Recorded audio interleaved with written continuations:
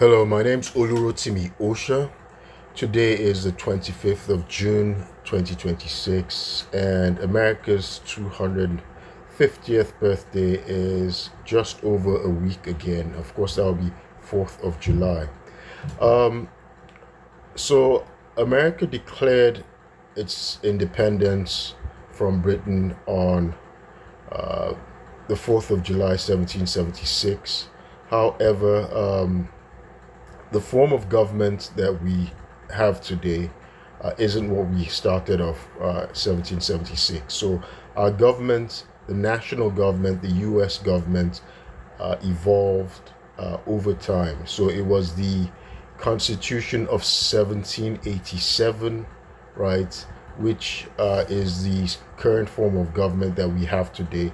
That's what gave us our current form, which we have today. That's what created the United States government, or the national government, the strong central government with a bicameral legislature as we know it. So the Constitution of 1787, which the Federalists famously proposed, there was a drafting from 1780.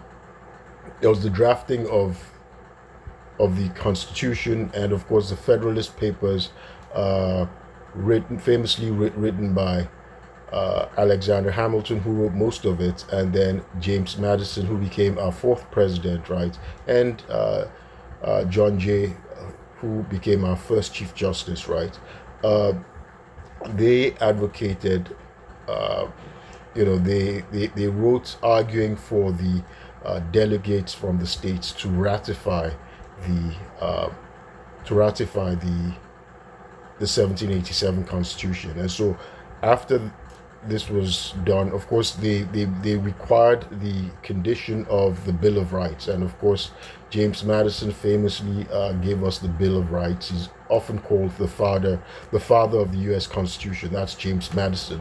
So our Bill of Rights, those are the first 10 amendments to the Constitution. They're part of the U.S. Constitution.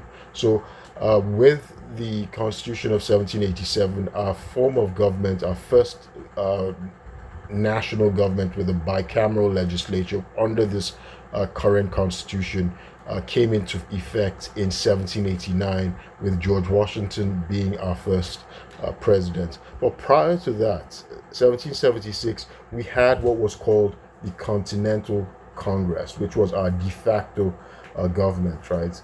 1776 to 1789, we had the Continental Congress, but that took us a number of forms. That's the Continental Congress, and that's what I'm going to discuss today. I'm going to try and do it quick, so providing a brief summary of the U.S. government up to 1789.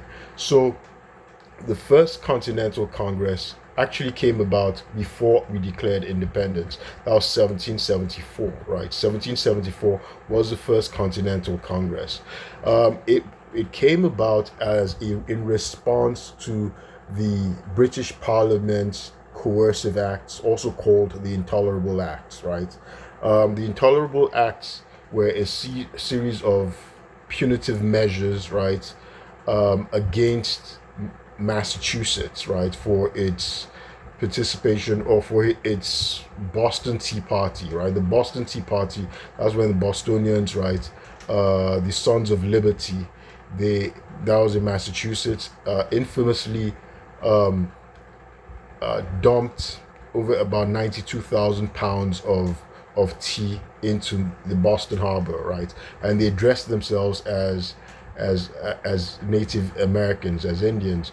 I'm going to do another video discussing what the Boston Tea Party was. And so that happened. And so the British government punished them with the Intolerable Acts. And so the idea of the Intolerable Acts was to actually isolate Massachusetts. So Massachusetts charter was revoked, its self-governance was revoked.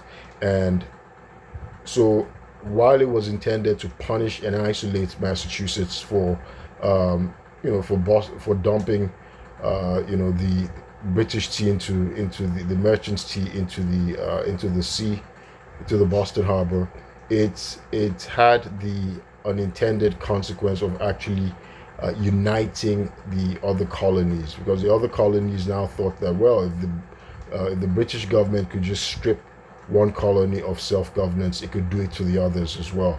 Because the Boston, Tea Party, they came about uh, protesting, taxation without representation. That was what their protest was. So the first Continental Congress organized boycotts, right? It organized boycotts of British goods, because the Boston Harbor was closed, and so the British government tried to basically strangulate the Massachusetts economy, the economy of Massachusetts. But the other colonies now rallied behind Massachusetts, right? And so that was why the first Continental Congress was formed in 1774. And the objective was to form boycotts of British goods. That was one, in protest, and also to petition the crown. That was the original objective. They were trying to petition the crown for a redress of grievances, right? Redress of the grievances of the colonies, right? Because the Bostonians, Massachusetts started out, they were just protesting the taxation. They had no taxation without representation, and of course they took it too far by dumping, British tea, 92,000 pounds of British tea into the sea, and of course, so it infuriated the British government because they lost a lot of money. So the first Continental Congress was formed in 1774. The objective was to petition the crown for a redress of their grievances. So then in 1775, war actually broke out in 1775, not 1776. War broke out, skirmishes in 1775, and so when war broke out, the Second Continental Congress was formed for the prosecution of the army, for the prosecution of the war. So with the intention of raising a continental army, they appointed George Washington to command that army, and of course they were trying to raise funds for the prosecution of the war. So this was formed in 1775. So the Second Continental Congress, it was a de facto national government. It was a of the colonies, right? Because they were they were still the 13 colonies. So it was a de facto government, and it was a provisional government, right? Because we didn't have a constitution at the time. So that was the Second Continental Congress. The objective to prosecute the war against the British, right? And this lasted until March 1781, when the 13 colonies ratified the first Constitution of the United States. That was the Articles of Confederation. That was the first Constitution of the United States, right? The Articles of Confederation. And so we now had the Confederation Congress. So what we had now had was a Confederation Congress, and this lasted from 1781 up to 1789, when the current constitution we have of the United States, which created a strong central government and a bicameral legislature. When that was established, and the 1789 administration of George Washington replaced the Confederation Congress, right? So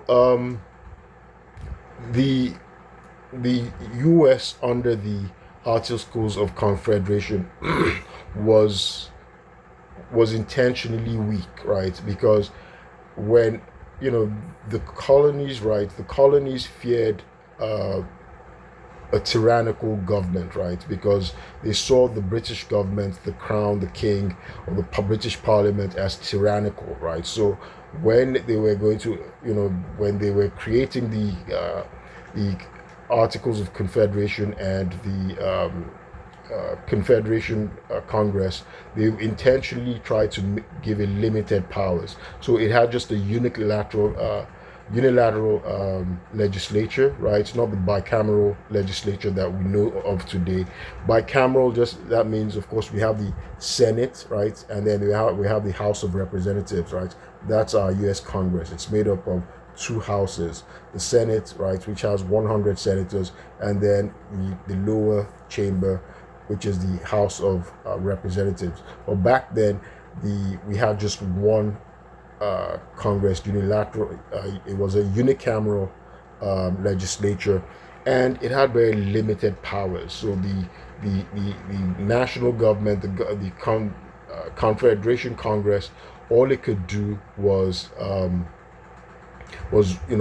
declare war, declare peace, sign treaties, international treaties, and it managed the affairs of the colonies with Native Americans. So it had very limited powers. It didn't have the power to levy taxes, right? It couldn't levy taxes. It couldn't regulate commerce, right? The states handled all of these things on their own. The states acted like the states were like countries, actually, right? Virginia saw itself as a country. So they just had this loose, confederacy, loose agreement, right? It was an alliance of these different states, of the former 13 colonies. They were no longer states, colonies. They were now independent, but they had this loose alliance. But it had its weaknesses. The Articles of Confederation, the Confederation Congress, had its weaknesses. So it couldn't put down a rebellion. So there were rebellions like the Shays Rebellion, because it was the states that collected taxes. But the prosecution of the war had it made put America into serious debt, right? The colonies had gotten into a lot of debt. They couldn't pay the army, and so only the states could levy taxes, and then they would then transfer it to, disburse it to the central government, right? So it created a lot of problems, and so people like James Madison, Alexander Hamilton, they saw the need for a stronger central government, right, that could levy taxes. And of course, that's what the federal government can do: can levy taxes. It can form a standing army, and it was more robust, and it was more powerful, and that was the reason why.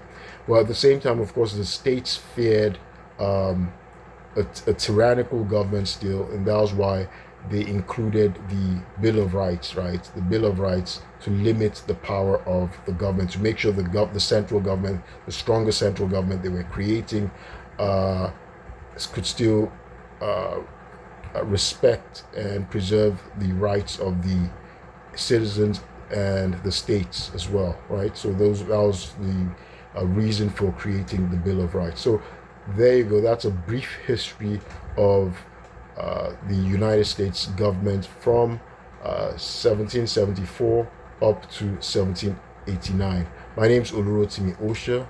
I will keep you posted. Thank you.